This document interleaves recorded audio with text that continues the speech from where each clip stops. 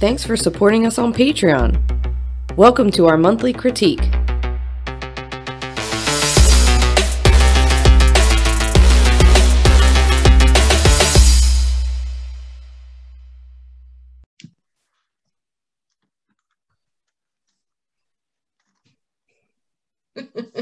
Hey, bitches.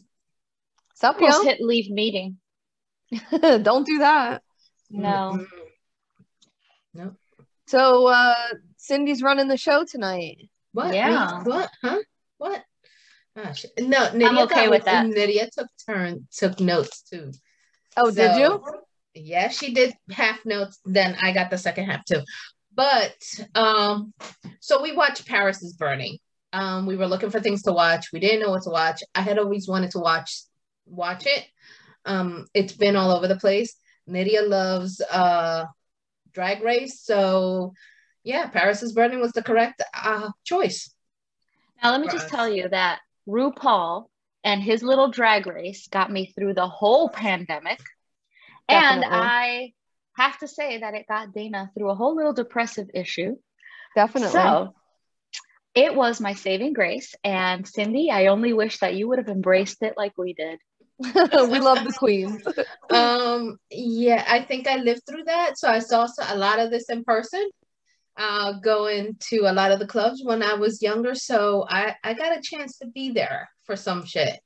Not like I just really this. think Not like I really Paris think you is would have loved Burning balls, but yeah. Because that's a whole other It's thing. it's a whole world that's like, it's so funny. It was so funny to hear all of the terms from 87 that like are just getting to the straight world now. It's like, it's so beautiful. Yes, queen. Beautiful. And then you're like, bitch, they've been saying that for years. They've been trying saying to throw claim shade that for years. Yeah. Yeah. So they're reading you for filth. Yeah. Yes. Oh, so good. So good. So, but it's good to know where all of this came from. So the documentary starts with New York seeing the people on the street just walking around, and I can't remember his name because it didn't pop up with his name on the first scene, and he's talking about his dad and the strikes that he has against him. Yeah. For being black. Wait a minute. Being male. Can we talk about the freestyle music in the opening scene? Look. My first note in here, freestyle music playing. I should come on now. I had it right there. If that wasn't indicative of the 90s, I don't know what is, honestly. It really is. Great. We felt that, especially because we grew up listening to freestyle music. So yes, that was actually on my notes, freestyle music playing. And then the music through the whole documentary was really great. Yeah. Yeah, it was. So he's talking about the 3 strikes he has against him: being black, being male, and then on top of that, he's gay. So, and he's just walking through, just discussing the world, and was this Peppa LaBeija that came up? The first I one. love Peppa LaBeija. Can we talk about his name for a minute, or her name for a minute?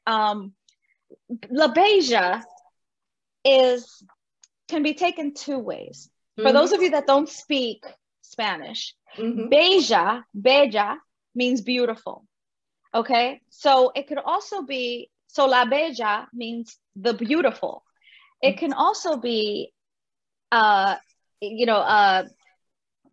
interpreted as beige. He's a light skin. So I took it both ways. A lot of the names that these girls have, the houses, these queens have double entendres, and that is so fun because I love a good pun. Definitely. Yes.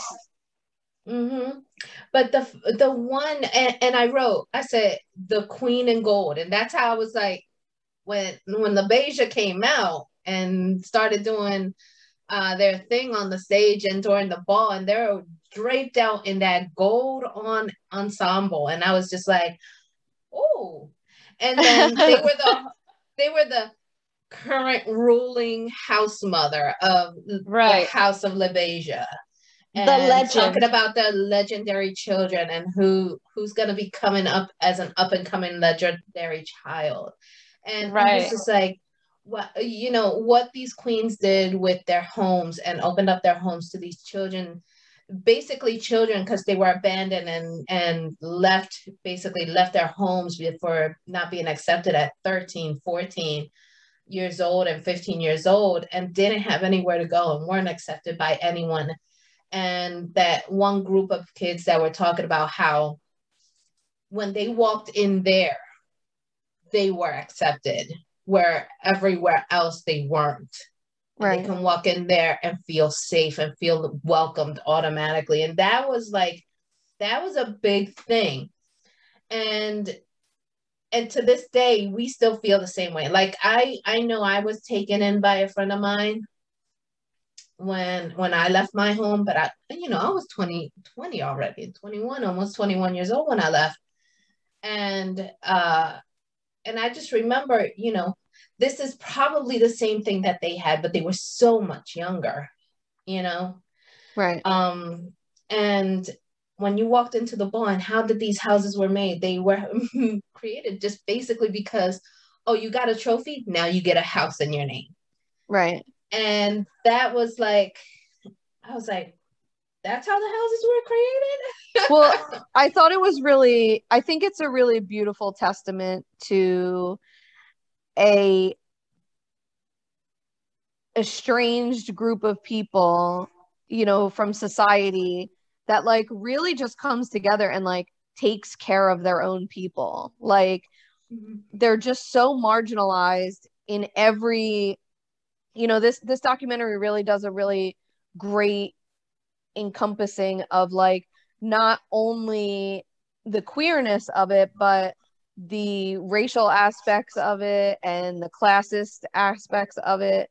And I thought that it was really, really, if you didn't live this life or haven't felt marginalized by anything, like this is a way to really see a side of the world that you're like, holy shit, I didn't know anything about this, or like I didn't, people go to New York or go to LA or go to big cities because they're going to be more accepted there, but they're like, they're coming with nothing in their pockets and no family and no help. And like, yeah, they want a house or they want a trophy and they got to like win a house, but like they like literally are bringing in little kids that have nothing and they're like teaching them the ways of their world. And I think that's really beautiful.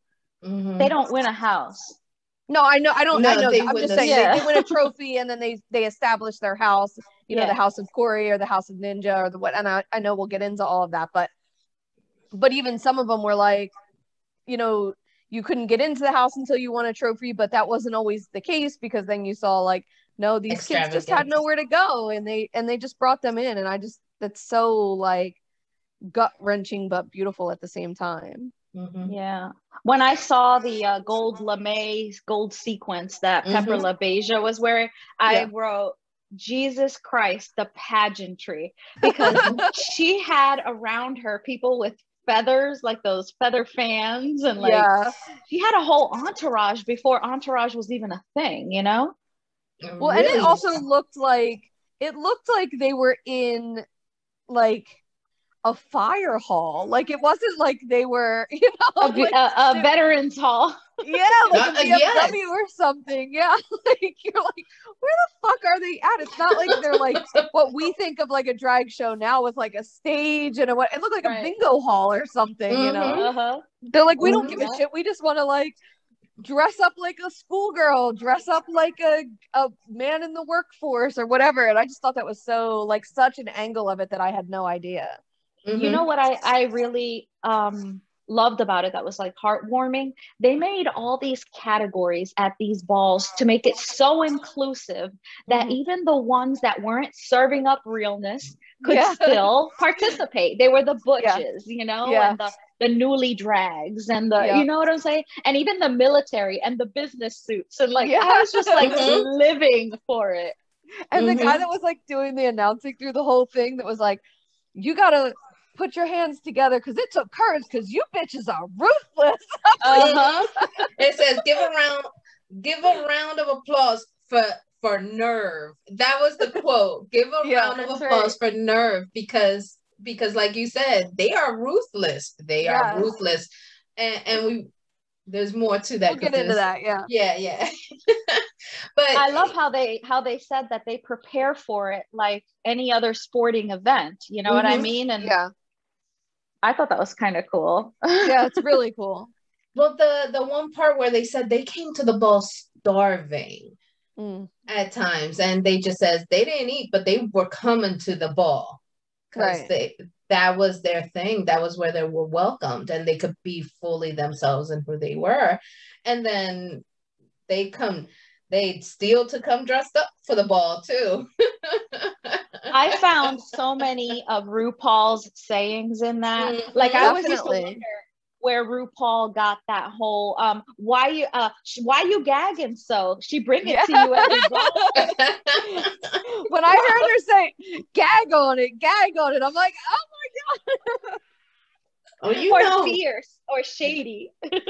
Because that like throwing shade and all that shit. I'm like, oh my god, they've been saying that since the late 80s. Like, I mean, yeah. And even like I looked up because we'll get into it when they talk about like the voguing and the dance competition, whatever. But I'm like, Madonna's Vogue didn't come out till 1990. Like they were already voguing before. They never even mentioned Madonna when this documentary came. So like a whole culture was like built around what these drag queens homeless were doing, kids. They were homeless kids. Homeless kids, pretty much. And they lived the streets. Yeah. They literally lived the streets. And then you had Pendavis, because I thought it was Pendivas, but it was Pendavis, I think they said that their name was. Yeah. Kim Pendavis. Yes. Sewing their gown, and they had a protege, which was Freddie, and they were discussing, how long did it take you to make the top? Just an hour to make the top? I'm sorry. Freddie Pendavis for president. I loved him. He was like, I'll walk when I walk. Maybe next year, but don't hold me to that. Yeah. I loved him. He's like, I don't want to talk about them queens. They need to be talking about me. Yeah, I loved him. But then here comes Dorian Corey that makes the screen. My heart.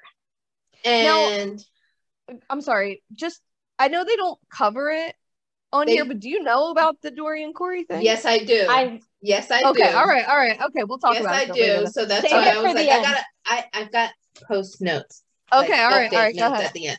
So, but she was talking about how they were dressed up as dancers when they were doing it. They would dress up as Vegas showgirls, and how things have changed and how they transitioned. And here they are.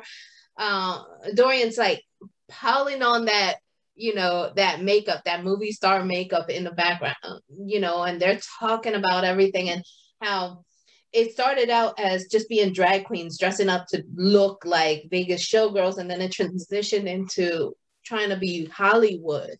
And now here they go, and they're doing just executive or whatever it is. They were like the supermodels. Categories have changed based on how things have transitioned and changed to become more accepted.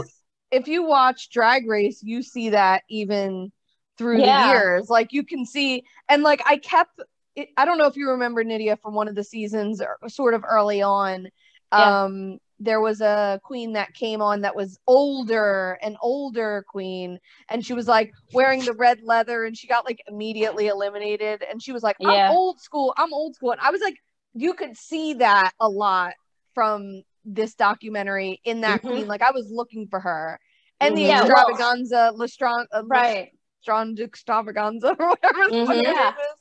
There were still queens from the old houses and there were still the pageant queens and the different categories. So yeah, you still had a lot of that balls thing. But how much did I lived when she said, when Dorian Corey said, more balls, less drugs.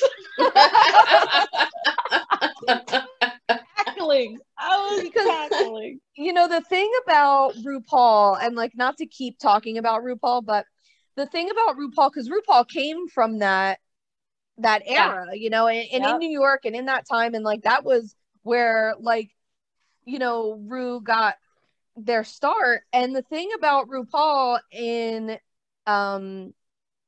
what is that movie that the guy, Party Monster or whatever, where he is from that circuit and he kills the drag queen Angel, you know that whole story, right? Oh, there was a drag queen in that circle, in like Ru's circle, and like he was a drug dealer or whatever. He was like the Party Monster. I think Macaulay Culkin played him, and he kills another queen and like goes to jail, and it's this whole thing. Maybe we should cover it on the podcast, because that's like actually a very good story. But Ru knew that guy, and like, you know, you'd see a lot of these like queens that have like built careers, and they're like, we're only reason that we like got careers out of this drag is because we didn't do drugs like everyone else. Like Ru got out of there and was able to make a successful career out of it because Ru never did drugs. You know, and like that's the thing that Dorian Corey was like sort of talking about. Like, if they didn't do so much drugs, like they really could have, you know, turned these beautiful talents that they had into careers, you know? Right. But she also goes on to say about how when it got closer to the 80s, the balls became more about being more aware of yourself and being more of yourself instead of being just some showgirl, some Hollywood personality. And her talking about how, and I'm using the pronoun her. Yeah, I think mostly they did. She said, I tried to be like Marilyn Monroe or one of those famous Hollywood people, and here all I wanted to be was Lena Horne. Right. And because Black stars were stigmatized, they stayed away from that.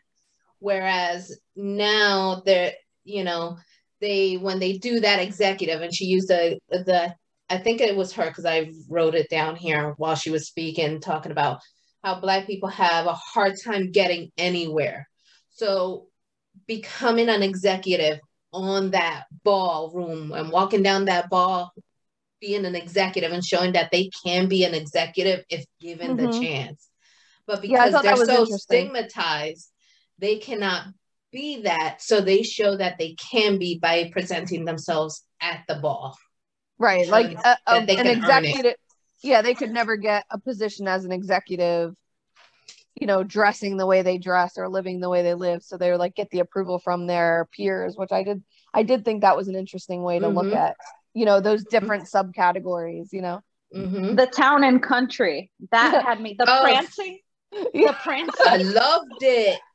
Yeah, but the school, that one. A kid going to school, and the kid was sitting on the floor writing in a notebook with like a little ball cap or whatever. Like, it was it was called Schoolgirl Realness. And they even said, I think she was saying like it's almost going back, like it's so real that it's like looping back into like heterosexuality. Well, you know what she says, the realness, I should say. Realness came from the fact that they wanted to be able to blend with their heterosexual counterparts, passing, so that they could pass, not because they were so out of the societal norms, you know, and they were so ostracized by their communities, that they wanted to be in a place where, hey, I can pretend to be you and look at how real I come off, you know.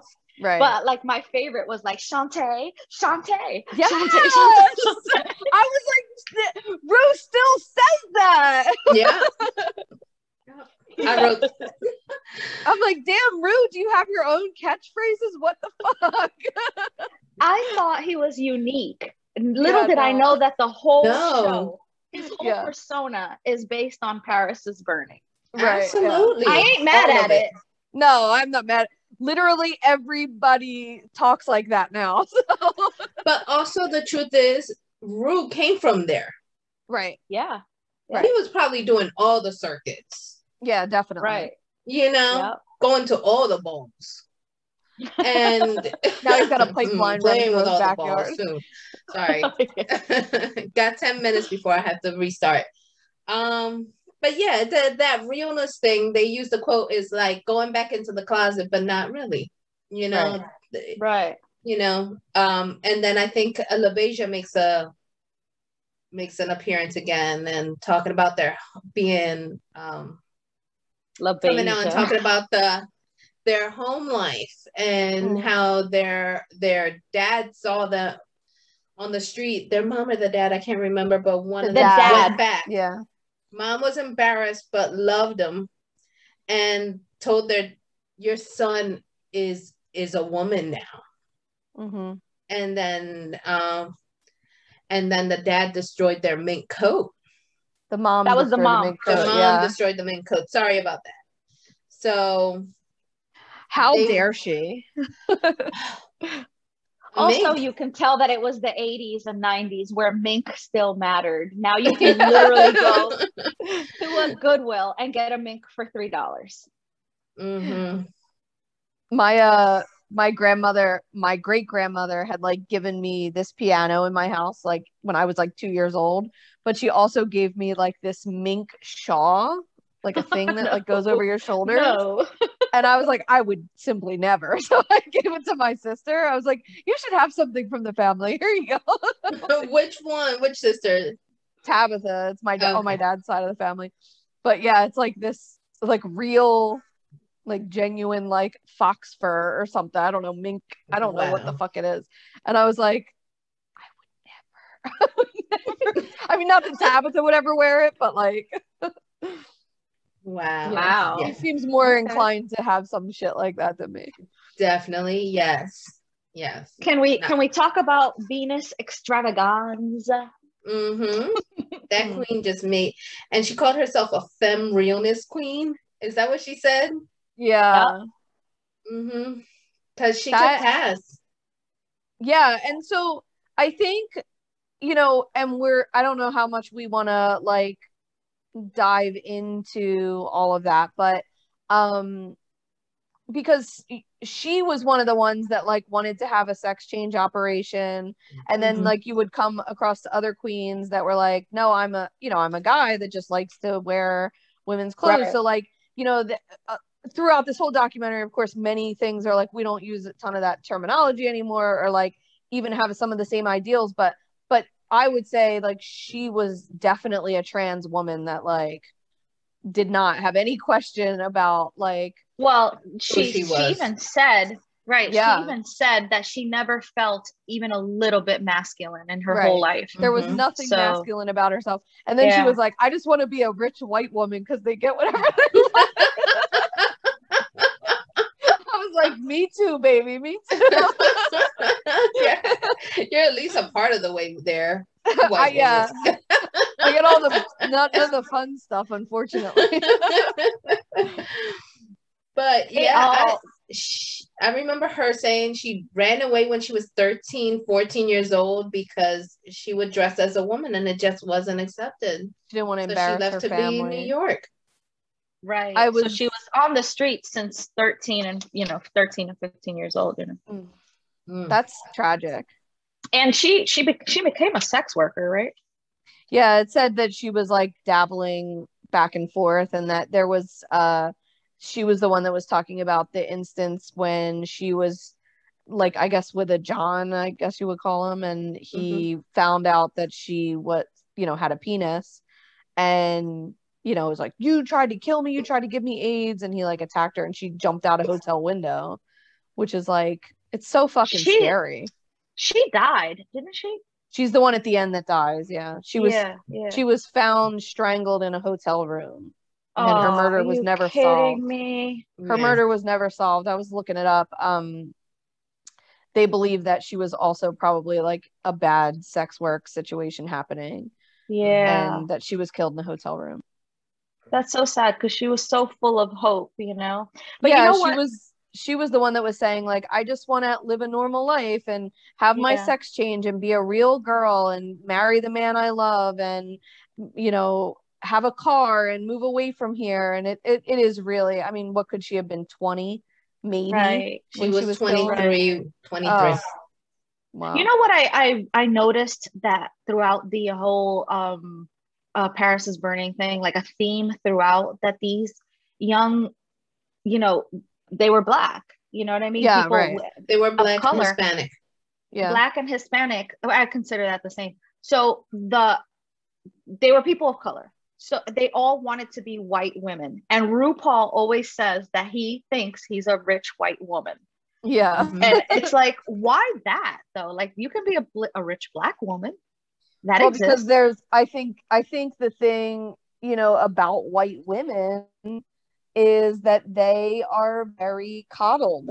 You know, we are very like, we're what like society like takes care of, and we want to, you know, you have to, like, even if you look at murder across all of true crime, like, what is every case is covered is white women, whether they be rich or be poor.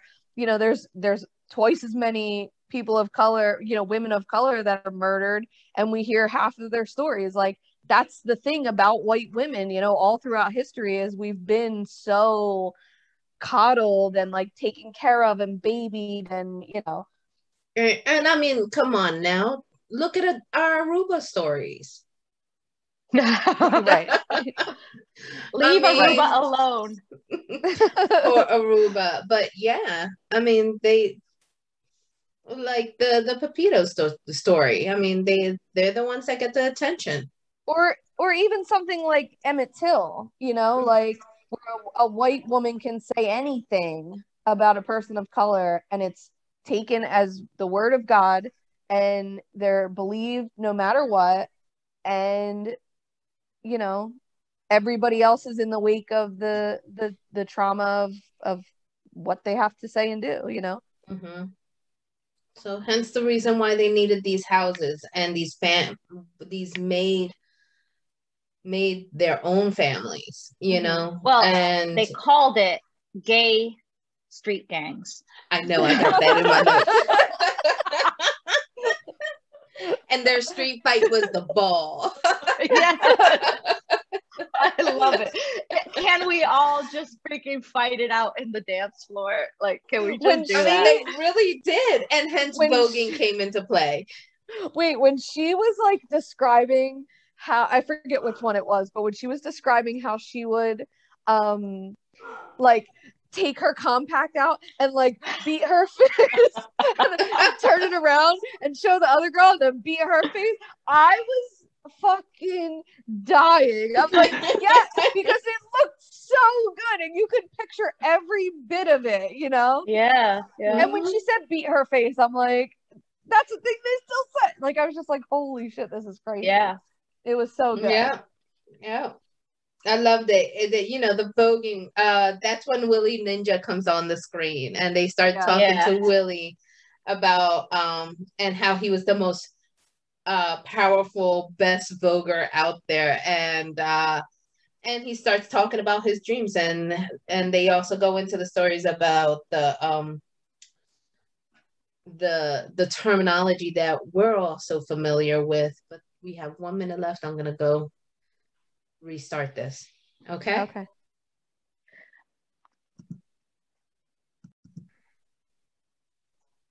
And we're back. That's my line.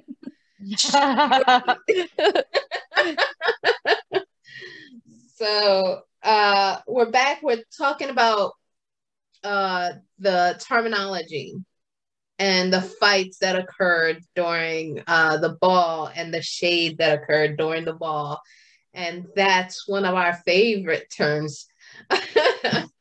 Is one of the things was the shade. And I remember the men's coat, and I put in quotation because the one person was doing realness, dressed like a man, and they were like, "Oh no, he's wearing a woman's coat. Look at where the buttons are." And that's where Shade she was like, came all the in. buttons are on the right. The buttons are on the right. And they would use Shade to disqualify the heck out of each other. I thought that was so funny. So I loved it. And reading to find flaws in each other. So yeah. Nydia, you know all about the reading. What was that? I didn't know about this until you guys. Reading is fundamental. Reading is fundamental. That's RuPaul's thing. Yeah. So reading, they take you to the library. Right. Reading is insulting. So the way that he explains it, that LaBeija, I think it was that explained. No, was it LaBeija or was it Corey? No, I think Dorian. It was Dorian Corey. Okay, so Dorian Corey describes it as, you have two Black queens. They can't say, well, you're a Black queen. And, they can't insult each other because they're on level playing ground, Right. So what they do is they find a flaw and they exaggerate it. And that is called reading. So, and when you're read to filth, which I love, is when you are taken down a couple of notches. Yeah. She read her to filth. Little did we know all of this came from this time, and it was all in Paris is Burning. Well, they're usually on RuPaul's when they do the episode of the reading, where they go to the library. Ru does say, like, in honor of our queens from Paris is Burning. Oh, they do. Right. We're going to the library. He always has that one episode where he says it, and because it's so well described there, which I didn't know that, I knew it was from that movie and I knew what it was just from RuPaul's, but I didn't know. Right. How the reading turned into Shade and then Shade turned into voguing, Mm-hmm. Also, how the whole show is basically a ball. Right. Uh-huh. The whole show. The whole show is basically the ball. Yeah. It really is. It really is because a big part of it is them making their own costumes and their attire on RuPaul's. And that comes from them being poor kids off the street and wanting to make these beautiful costumes and having to learn to sew and having to learn to, make these gorgeous, things with no money. And, some of the first challenges on RuPaul's, the first couple episodes of the season is they'll give them bags of trash and they have to come up with an outfit or, Halloween decor or whatever it is. And it really is all of these challenges are all of these little micro, what did you call them? Categories in the balls. Yeah. It really is based on this whole scene. It's very cool. Mm-hmm. That show brought me so much joy. And too. It wasn't just me. No. Russ was looking forward to watching this with me. He was rooting for his favorite queens. Yeah. We really, it brought me genuine joy. It really did. Yeah. I was surprised by this. I was surprised by it. There is a podcast on this that we're friends with on some of the socials. Oh, is there? Yeah, it says thanks for coming, and it's all about the shows. I feel they're on TikTok. There's two drag queens from RuPaul's Drag Race. Really? Trixie and Trixie Mattel? Trixie Mattel and Katya. They have a show and they do little things on TikTok and they're best friends and it's so funny. It's so fucking funny to me because they just laugh at each other and they just love each other and it's just they're just so shady and they just I just love them so much. They just bring me so much joy, They really do. Yeah. I might start watching again. I'm sitting here I think I'm gonna watch it again. Yeah. It was a straight up infusion of dopamine and vitamin D. And I only watched the first 6 seasons, so I'm thinking maybe I'll just pay to watch the rest of it because I really want to see the rest of it, Yeah. Nydia, you have all the seasons, don't you? I had to pay for some, but it's literally one of the shows that it was just so worth it. Yeah, but there's there's hundreds of seasons though. There's like RuPaul's UK, RuPaul's Australia, oh my RuPaul's God. like, yeah, like they're That's everywhere. a lot. So, like, so you got plenty to choose from. Yeah, you couldn't even keep up if you tried, honestly. But it's pure joy. Pure joy. And it's all based on, basically all of it's based on the stuff that was happening when Paris is Burning was recorded. And going back to Ninja and his voguing and his dancing, and how voguing came from basically their form of street fighting. Right.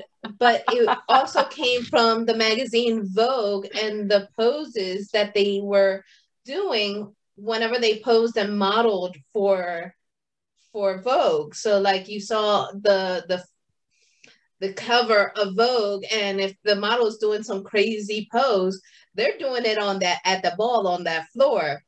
And and it was their form of street fighting, and you couldn't touch each other. Touch each other, you were out, Yeah. I love that. Yeah. It was amazing. But there was some things in there, and I said, and that I wrote, and it said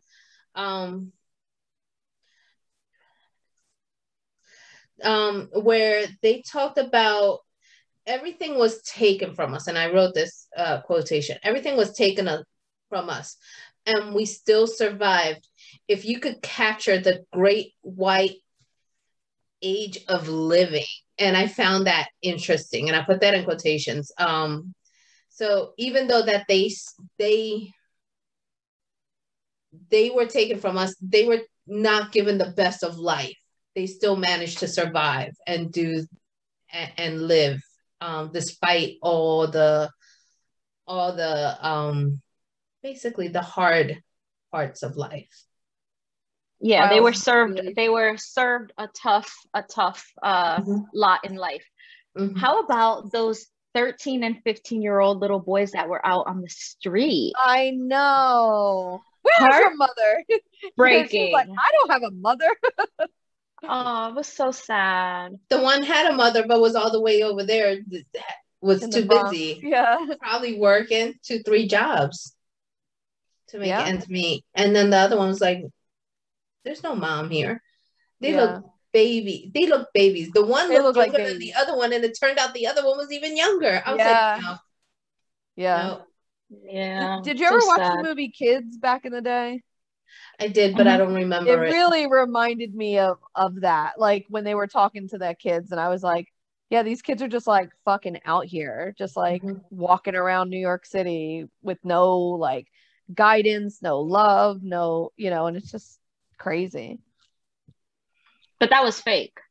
This is real. No, I understand that. I know it was a movie. I'm just saying. Yeah. Like, how about the moment where they're doing the classroom, and they're teaching New York City girls who are hard to have more class. Wasn't that what's his name? Willie Ninja? Willie Ninja, I think it was. Yeah. Yeah, he gave classes on how to walk properly with etiquette, right? Etiquette classes. Yeah, and I found that so interesting that he did that. And I just found it interesting. Now, one of the things that we left out, or we haven't gotten to, and Nydia says this was the last moment that she took notes on, and that was mopping. So while for the longest time people were making their gowns or creating their gowns from scratch, and they talk about this, how they started to transition and actually try to buy or get a hold of designer clothes instead of just creating it yourself. And whenever they would get a hold of something, they would call it mopping, which was basically stealing their clothes for the ball. Right, when she was like, bring back so and so's shoes because they want their shoes back. Yes. And it was Venus's, wasn't it? Venus's shoes. It was definitely an extravaganza shoes. Carla extravaganza. They're a size 7. Lies. Size 17 maybe. Well, if they were Venus extravaganzas, she was small, and that was like one of the things she was saying. Like, she's like, they like me because I have small hands and I have small feet. But the one that was during the whole mopping conversation, in the part where the old white people are looking at them crazy because they're at the Roy Rogers. And he was talking about how he stole $1,000 worth of, or what was it? Whatever it was of Roy Rogers food. I was like, dude, you have to steal the whole fucking refrigerator to steal that amount of food. I think he was saying that, like, he stays stealing from them, like, because it was like, over time. Yeah, because I think he was like, I hope they don't see this and then change the way we get food, because that's how he's stealing all the food from there. Mm-hmm. I'm like, well, don't tell everybody how you're doing it. So yeah, Freddie needed to be protected at all costs. Oh my God, definitely. So basically, the showgirls would hustle and find ways to get their clothes for the ball. And not only that, but they would also go out and hustle, which is probably what ended up happening with Venus in the end, to basically survive. And can we all just talk about Dorian Corey's wise ways? The entire documentary, Dorian is putting makeup on, putting on her whole, getup, and she was just spitting wiseness. I mean, she was just all in as like the fucking original OG. Yeah, I loved her for that, because she had insight. It seems like she understood the ways and the future of the way that it was all going, that the movement was all going. Not only that, it sounded like to me, and like maybe this is just coming from somebody who's in a headspace of, constant reflection, but she really felt like, to me,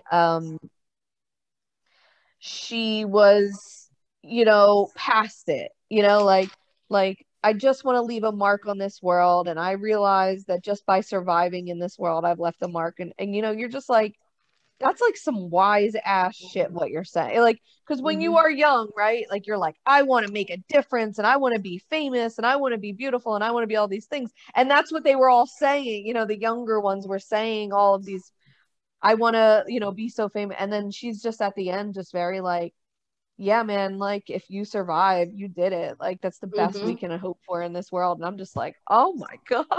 Like, I know. She was, and then to find out what happens to her at the end is just like tragic. But you are gonna tell us though, right? I am. We're gonna talk about it. Yeah. Okay. Can't wait to hear it. That's why I'm like going like this, like. So the one model who was there was a pair of women that were trans women that were walking through the beach and excited because the one had her sex change, and she was excited about that. And I remember LaBeija talking about, I'm glad I didn't do it, because some people change their minds after they have that, and it's so expensive. I'm glad but that was but he was not a trans woman. Some of them are trans, and that was the thing that I think that is an important distinction, is that not every drag queen is a trans woman. Most of them are not, most of them are not. That's right. But I think in that world, just an observation is that trans women were really able to be protected within the drag community because it was safer for them there, Right. Yeah. But also, are you talking about what's her name? Are you talking about what's her name? Hold on, I wrote it down. Shit. Why am I Saint Laurent? The girl it might be Saint Laurent, but I have written down Brooke Extravaganza. Okay. Brooke or Carla, one of those, because it had both of their names in there. Yeah, it wasn't Carla. It wasn't Carla. So then it was Brooke Extravaganza that had the sex change, but they were together when they were talking about it on the beach. Okay. Yeah. Now Saint Laurent might have had the change. I'm not sure, but I believe she's the one that went to the Ford modeling search. Yeah, I think so. Yeah. Yes. She was serving realness. Yes. Yes. And they interviewed Eileen Ford, which is that's taking it back. Yeah. Some of when they were like talking to the like white people from that like era or whatever, I was just like, why are you wasting your time with these fucking idiots? Like, we don't care about that at all.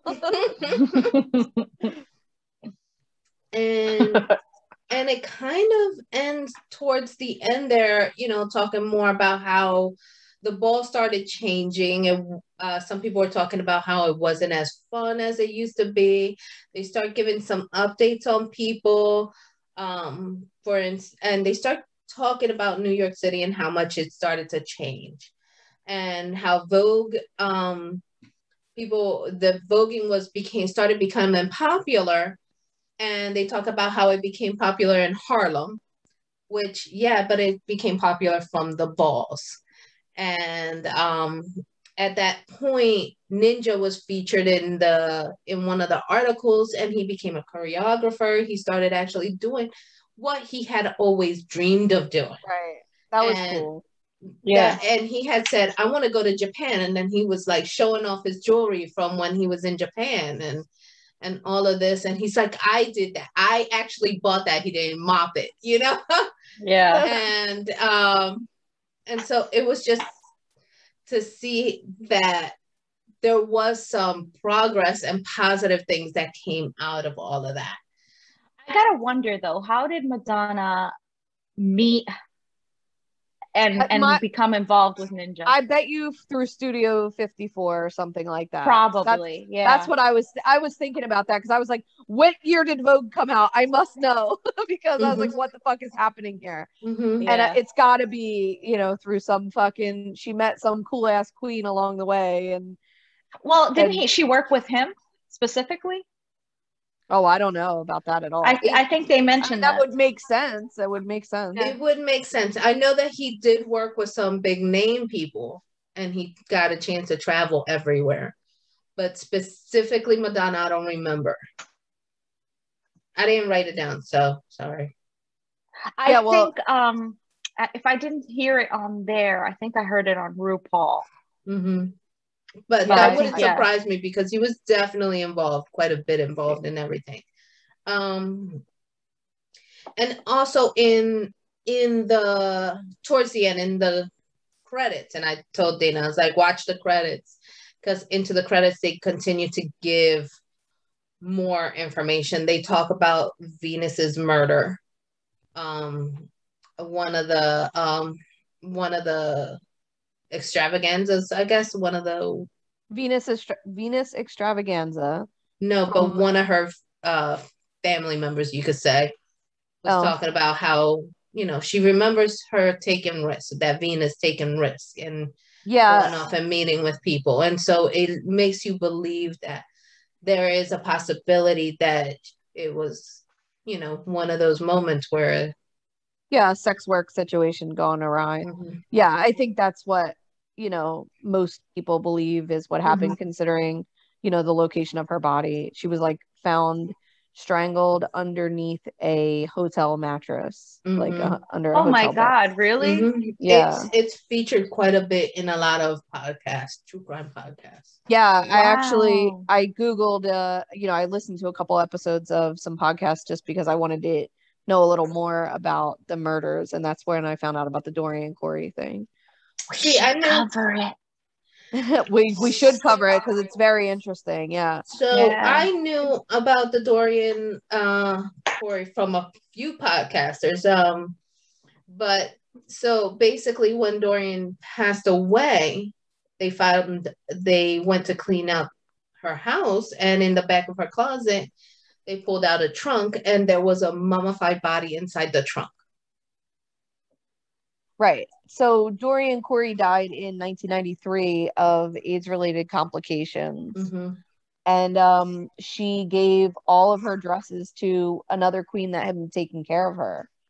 And that queen found the body. And that they like had to rehydrate the mummy's fingers so that they could get like fingerprint analysis. And like they really don't know, like the interesting thing I think about that part of the case is that that body was found, they like carbon dated it or whatever, or they, you know, dated it 15 years. They believed it was in this suitcase for 15 years, except he had been missing since the late 60s. So like, also Dorian Corey lived in that apartment for less than 15 years. So like it was either Dorian Corey moved that body when she moved into her new apartment, or the body was already there, or she was hiding that body for another queen to not get away from. Like there's a lot of theories. Yeah, there's like so many very interesting theories about. You know, that could be a whole episode, the crimes surrounding Paris's burning. Yeah, I mean, lots of podcasts have covered both those two.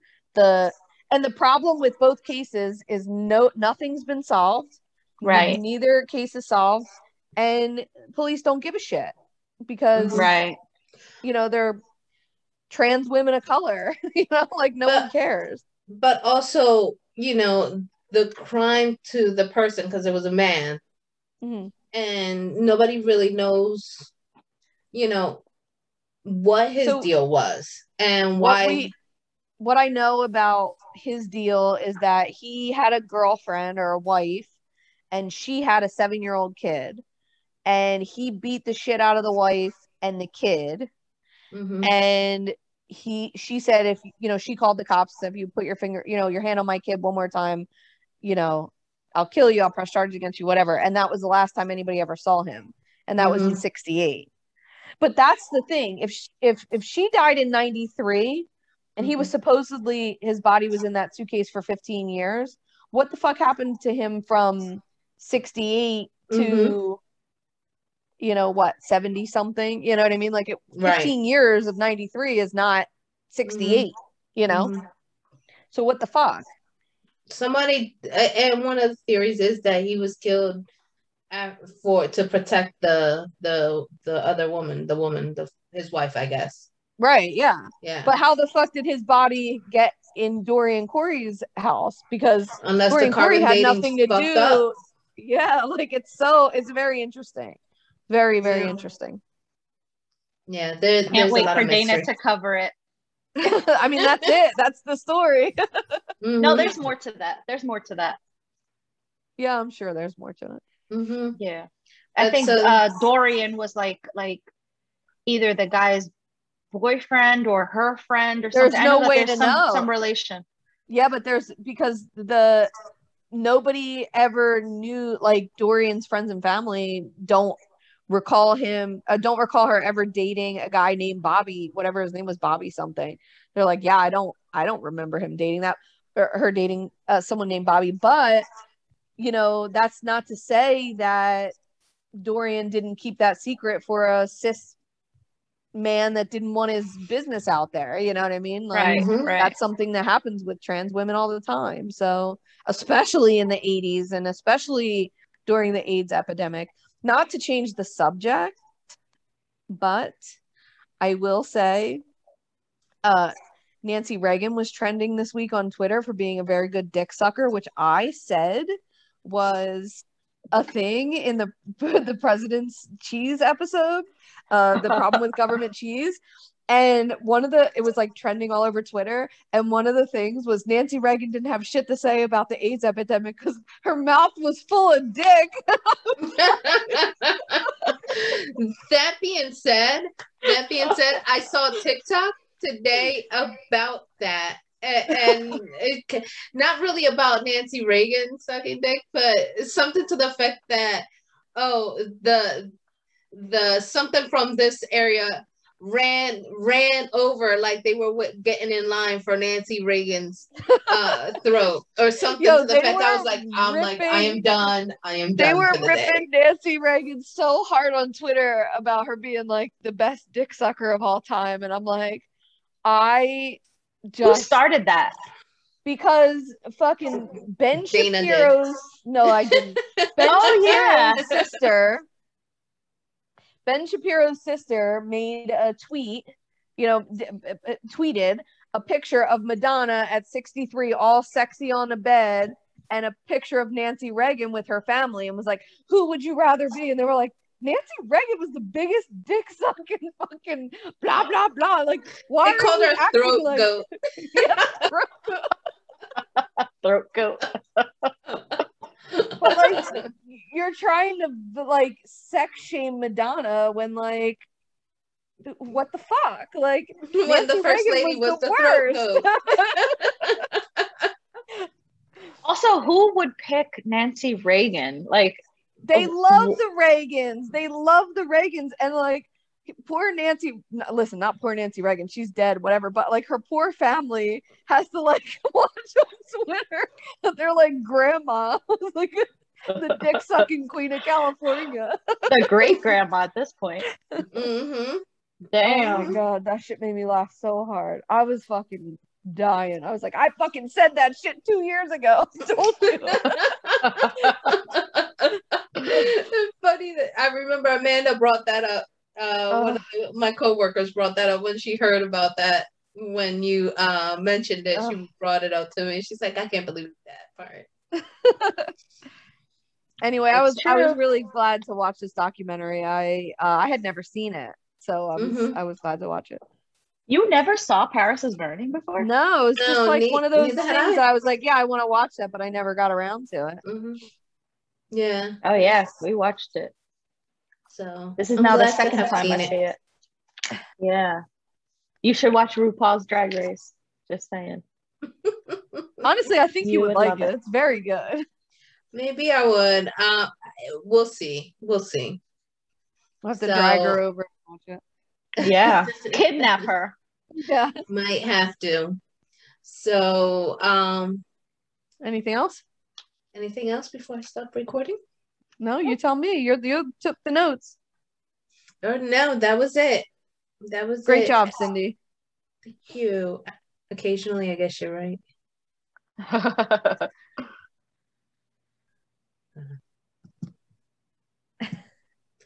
Oh. What are you doing? Thanks for dining with us. See you next month.